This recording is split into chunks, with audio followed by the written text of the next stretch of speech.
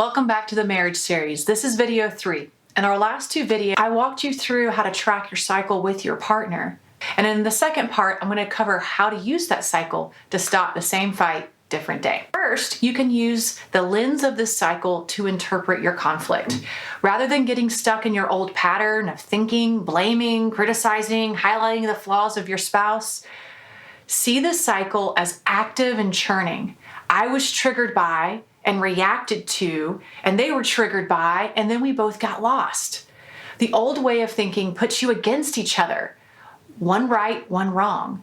Seeing the cycle for what it is unites you against a common enemy that you can both work to defeat.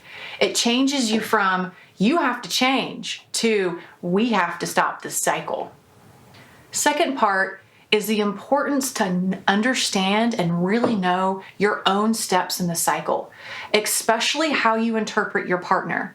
Where does that come from? Why is it so powerful? What hurt from the past does it bring up? This is not a one-time thought process. The more time you spend with this, the deeper you go, the more your understanding will be, and the better then you can express it to your partner. This is what the next video is going to help you do. It will take your conversation from, I yelled at you because you deserved it after what you did, to, when you point out my mistakes, it makes me feel 5 again. Like I will never be good enough for my parent. It makes me want to lash out and prove that I am an adult and I know what I'm doing. You change the cycle by sharing your why rather than reacting in anger.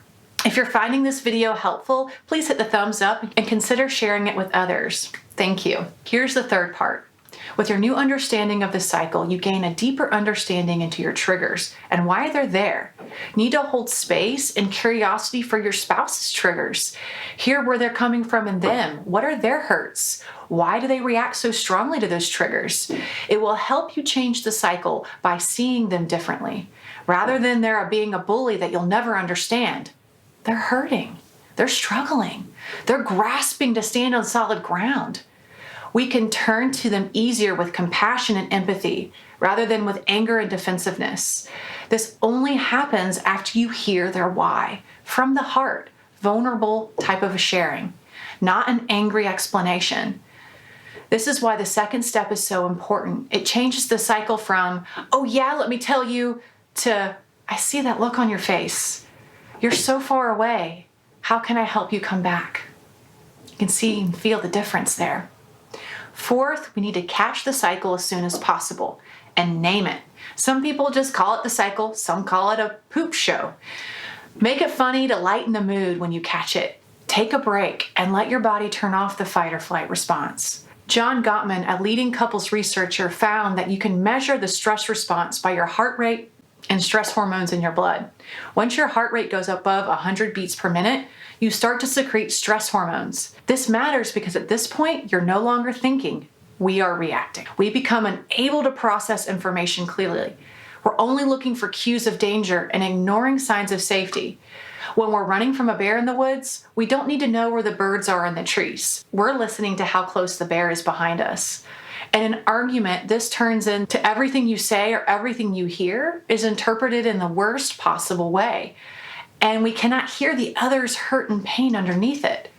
We cannot learn new things. We cannot process, I love this person and let's figure this out together. Instead, it's fighting to win or running to escape. It is impossible to be on the same page and to feel like you're on the same team when you're feeling this way. To find resolution, time to calm down is absolutely necessary.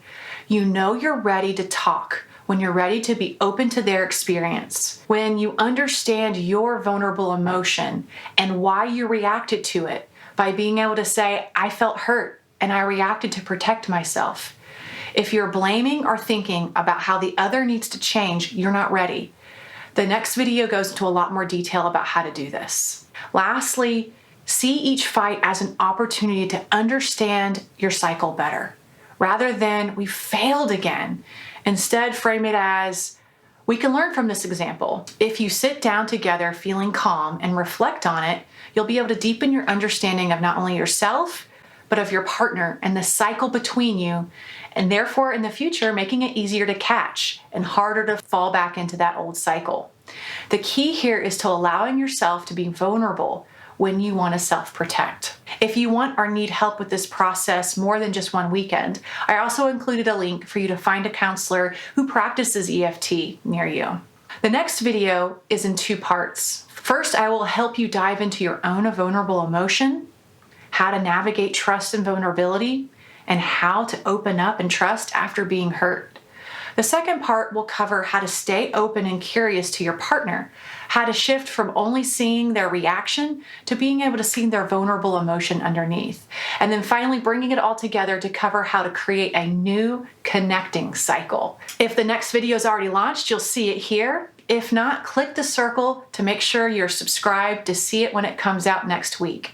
I'll see you there.